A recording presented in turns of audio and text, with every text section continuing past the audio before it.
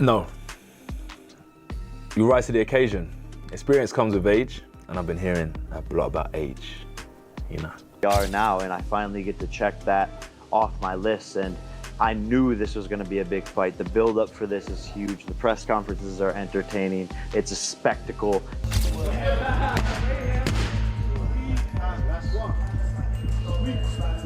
With just 17 days left until Anthony Joshua faces Jake Paul, the intensity around the fight continues to rise. Both fighters are pushing themselves to the limit as training reaches its hardest phase. Joshua is sharpening his power, timing, and footwork, while Jake focuses on heavy conditioning to keep pace.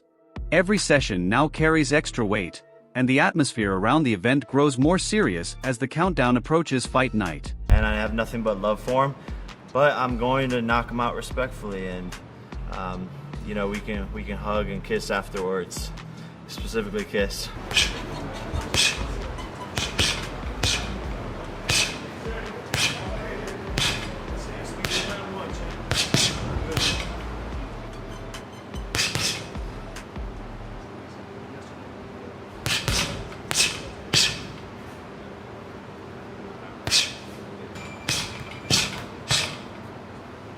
Anthony Joshua's training camp for the Jake Paul fight is already underway, and this time he has made a major change by switching camps.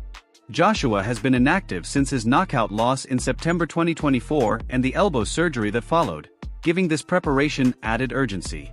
He is working on conditioning, technique drills, footwork, and ringcraft with Usyk's coaches to enter the ring more focused and polished. Joshua admits the shift has pushed him harder physically and mentally. He's using this camp to rebuild confidence, refine his strengths, and prepare for a high-stakes return.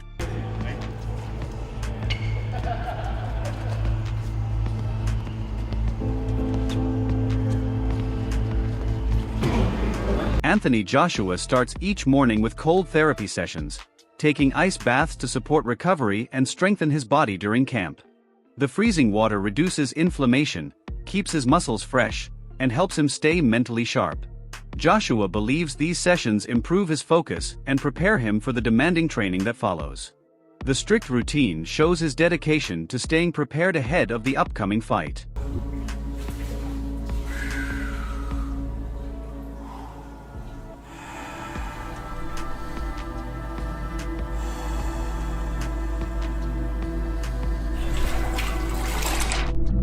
Anthony Joshua trains in a disciplined environment built around precision and constant improvement. Guided by experienced coaches focused on technique and strategy, he approaches every session with clear purpose. His drills aim to tighten his offense while developing a reactive defense. Coaches watch his rhythm, footwork, and punch selection closely, making adjustments as he works. Ringside observers notice how seriously he responds to each correction. Instead of depending on natural strength, Joshua focuses on angles, distance, and counters. His movement becomes more controlled as he switches between slips and counter shots. The atmosphere pushes him to grow both physically and mentally, sharpening his instincts for any situation inside the ring. You know, Simon, I think he's at that stage of his career where he's trying to rediscover a little bit of that confidence. He's gone to Alexander Usyk, where we're hearing reports he's out there training with Usyk and the team, trying to pick up something, trying to rediscover something. That's very strange, Paul. It is, but it's not unheard of. I've heard of a lot of fighters doing that. You see fighters, obviously, it's the old Rocky movies years ago, but you see a fighter losing to someone, all of a sudden they go in the camp and they start training and do little bits together and become friends or whatever else. I think it'll do Joshua no harm travelling, but as you say, he's a little bit long in the tooth and he's a bit on the back nine rather than the front nine, where that experience would really come into play. But I'm just looking at his record here. He obviously after the Usyk fight, he'd come back and he had 3 fights and then the Ngannou demolition Well, yeah, job. Jermaine Franklin, he had Robert Helene, yes, he had Otto Wallin, and he smashed Ngannou, which everyone went hallelujah for, right? Yeah, but he's obviously not in like the BoxRec rankings to see where he is. But the Dubois fight is a fight where what you've just said then, Spencer, like match him right. I felt he was match right with Dubois. That's just my opinion. Obviously, I was wrong on that and I was proved wrong, but I felt like Joshua would have and should have came through that, but he obviously didn't. So therefore, it's back to the drawing board, and where do you go from there? What do you do from there? Does he keep the same team around him? Does he go and find someone new and try and adapt and add to his repertoire already? And this move at Usyk, I don't know what it'll be, but if he's fighting before Christmas, then he needs to get in shape quick because there's only 8 weeks to go, let's say. Well, my understanding, he's in camp, he's in shape, and just looking to get an out and get back to winning ways is my understanding. That's why they're talking about 8-rounders. Yeah. He wants to sort of go under the radar a little bit, and it's difficult for someone like Anthony Joshua because he's such Very a much so. commercial commodity. He's always been in shape all the time, hasn't he? Yeah. He always will be in shape. He's never, ever not been. But it's not about his dedicated. physical shape, is it? No one's ever questioned his physical state. Zach, when I was talking about Anthony Joshua, and I know that the president of his fan club is here in Spencer, but I talked about the PTSD issue post various fights, whether it be the Alexander Usyk or the Daniel Dubois situation. But prior to Daniel Dubois, I always maintained that I felt that despite the performance against Jermaine Franklin, despite the performance against Robert Helenius, which had been blasted out by Deontay Wilder, Eddie Hearn views this matchup with seriousness, fully aware of how much is at stake. He understands that the result could shape the remainder of Joshua's career. Hearn openly admits that a loss would raise tough questions about whether continuing makes sense. Still, he remains confident in Joshua's preparation. He believes the months of focused training have rebuilt Joshua's discipline and sharpened his mindset. Reports from inside the camp describe a fighter showing calmness and determination. Despite the pressure, Joshua continues to push forward, embracing the challenge instead of stepping away from it. Saying that you and AJ must retire if Jake Paul wins on December 19th. Stand by that? Yeah, I do. I mean,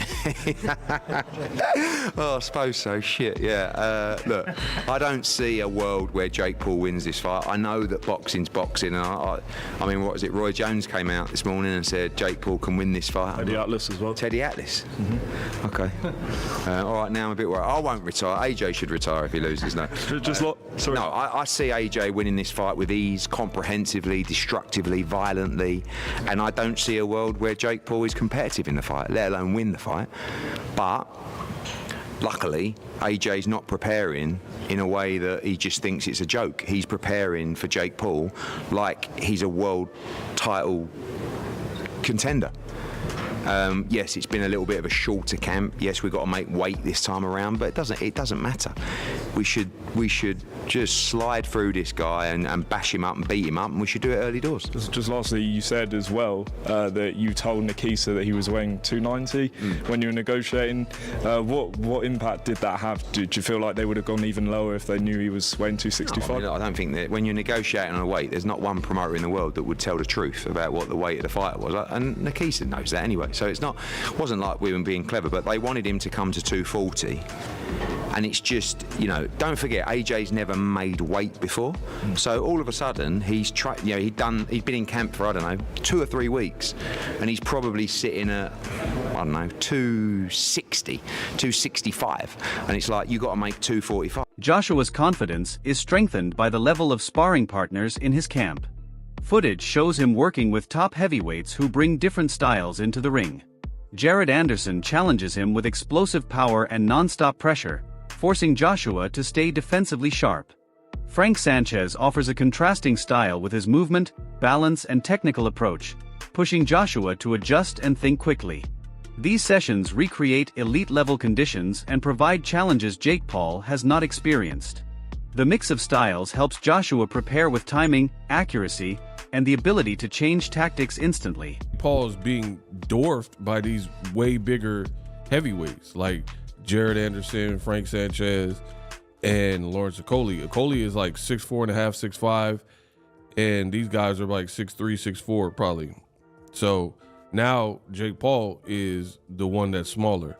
So first of all, I will give credit to Jake Paul. Clearly, he's a person who is taking his career seriously. These are quality sparring. I mean, a real boxer, because people say he's not a real boxer, but a real boxer would be using the same guys in their sparring camp. In fact, I just told you Joshua used Lawrence Okoli. I don't know if he sparred with Anderson or Frank Sanchez, but these are all regular ranked heavyweights. So credit to Jake Paul for that. And I mean, he's gonna need it. Joshua is a different breed to, like, a Mike Perry when it comes to boxing. Different frame, different size. In case you didn't believe me, right? Jake Paul, this is what MVP Promotions posted. So Jake Paul, top sparring, right? Heavyweights, and here's some pictures of Joshua with Lawrence Okoli. And again, Joshua, a big dude, but you see Lawrence Okoli, and he probably was cruiserweight back then. I mean, I don't know exactly when this picture was taken, but he's only like an inch shorter than Anthony Joshua. And now, as he's moved up to the full heavyweight, he has filled out more. You see, he looks even bigger than when he was a cruiserweight. Now, I gotta research it, but I want to say I thought Lawrence Okoli. Tony Jeff views Jake Paul's progression from the lens of someone who has watched him improve for years. He says Jake began with limited skill but fully committed to learning the sport. Jeff highlights Jake's growth in fundamentals, punch technique, distance control, and discipline. He credits Jake for taking coaching seriously and working far harder than people expected. According to Jeff, anyone who claims Jake has not improved simply has not been paying attention. They get older. Now, a problem for Anthony Joshua is his activity. He's only fought twice in 2 years, and one of them he got knocked out off Daniel Dubois. That was his last fight, and a lot of people say you can only judge a fighter's quality from their last fight. And then the fight before that was a win, but it was a win against Francis Ngannou. Francis Ngannou, if you know, he was the UFC heavyweight who's not a real boxer, and he only had one fight before that boxing fight, what he lost as well. So that's his activity in boxing. Now, Jake Paul, on the other hand, looking at his box rec, he's had 6 fights since 2023, and one of them was against Mike Tyson. But we all seen what happened in that fight. Mike Tyson was well past his prime. Where Anthony Joshua, on the other hand, is, well, I'm not going to say he's coming into his prime because he had some great wins earlier on in his career before he lost to Usyk twice. And by the way, when he did lose to Usyk, the last one was a split decision. It was a pretty close fight. So now this fight is matched, and I just want to look at the tail of the tape. Now, looking at the age difference, we've got 28 years old compared to 36 years old. So I guess the advantage there goes a little bit towards Jake Paul. 28-year-old is better than a 36-year-old. But that being said, we've got talking about experience and everything else, what comes with being 36 years old at Anthony Joshua's level. And then, like I mentioned, the heavyweights kind of seem to prime a little bit older. They'll come down to the height and the weight. This is the big one. 6'1" versus 6'6". 200 pounds versus 252 pounds. We got a 252 pounder in Anthony Joshua. The reach advantage is a lot, which we would expect. Amateur fights, we can see that Jake's only had one, where AJ's had 43, but 43 of them are including at the highest level, Olympic level. And yes, he won the Olympic bloody gold medal, if I don't need to remind you. Then the pro record, Jake Paul has had 13 fights, lost 1. AJ has had 28 fights and he's lost 4 with 25 KOs. And the one person that Jake Paul lost to was Tommy Fury. Now, can we compare Tommy Fury with Anthony Joshua? Not at all. It's like night and day. So now I'm going to talk about the rules of this fight, and I'll give you my prediction, which is going to shock a lot of people after this. So, what are the rules? The bout will take place at a heavyweight, obviously. It's going to be 8 3-minute rounds. You might think, well, that's better for Jake Paul, and I'm thinking, not really. It's better for Anthony Joshua because he's just going to go all out for them 8 3-minute rounds. And imagine that, Anthony Joshua blasting at you, 6'6", whatever he is, 250 pounds, throwing big bombs at you. Anyway, both fighters will be using 10-ounce gloves for the duration of the contest. Why have they got that? It says both fighters will be wearing 10-ounce gloves for the duration of the contest. What do you expect? Them to take them off halfway through and... Professional fighter Lamont Roach sees Jake's decision as bold but extremely risky. He understands why Jake would take the fight, given the attention and financial reward. Jake has built a brand around surprising the audience and proving critics wrong, and facing Joshua fits that pattern. Roach also sees the mental side, noting that Jake thrives on shock value. However, he stresses that Joshua brings genuine heavyweight power that demands careful preparation. Roach says Jake's determination is clear, but the danger is significant no matter how strong the payday may be. Excuse me. My first thoughts was this guy's crazy. Not gonna lie. But I get it. Coming from a guy who's not a true traditional boxer, and to be able to have a position where he can fight a former unified world champion, former Olympic gold medalist, and to do it on such a stage where Anthony Joshua was a superstar as well. I mean, like, he sold out the O2, twice. Absolutely. I think. So, I think Jake is setting himself up for, a huge spectacle, and which is, kind of smart. If you're going to go big, why not go to the highest of the mountain. Why not? And I get it. That's what you call business right there. And I seen a lot of guys calling them out, from like Gabe to, other guys who are boxers. Yeah, like guys who actually beat them. But why would he settle for those guys when he could fight Anthony Joshua? So I think that's, I think that's smart. I think that's super smart. Smart is one thing. What do you think happens in the ring, though, champ? I think he gets hurt for sure. I think he gets obliterated. Something close to like Francis Ngannou. I think something like that happens, and it's going to be bad for him. But there will be a lot of. Chael Sonnen looks at the situation honestly, questioning whether Jake is stepping up with real bravery or taking a risk far beyond reason. Sonnen respects Jake's willingness to face difficult opponents, but questions the logic of choosing someone with Joshua's size and knockout ability. He says bravery becomes risky when the preparation does not match the challenge. In a sport where one punch can change everything, taking the wrong kind of risk can lead to serious consequences. The Francis Ngannou performance.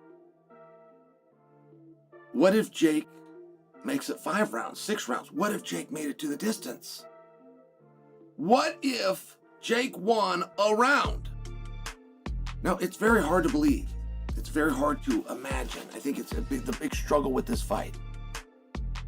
I cannot, off the top of my head, produce a fight for you in any form of unarmed combat that drew, that was exciting, where the audience did not have a reasonable expectation, an expectation to some degree that, well, if he does this or that, there is a way for this guy to win. And that's usually pretty easy to do because nobody knows anything about fighting. Nobody watching this right now, none of you, my millions of viewers, not one of you has ever boxed. Not one of you knows someone in the family. Well, my dad was a boxer, my uncle was a boxer. No, you don't. Not only are you not a boxer, you don't even know of a boxer. Now, I only share that because when I come out and say nobody knows what they're talking about when they're talking about boxing, like, it's not meant to be an insult. You don't know anything about boxing. It was never taught to you. None of you in recess boxed. None of your junior highs, your high schools, your colleges, your community colleges offered boxing. Your hometown didn't have a boxing gym. Now really think about that.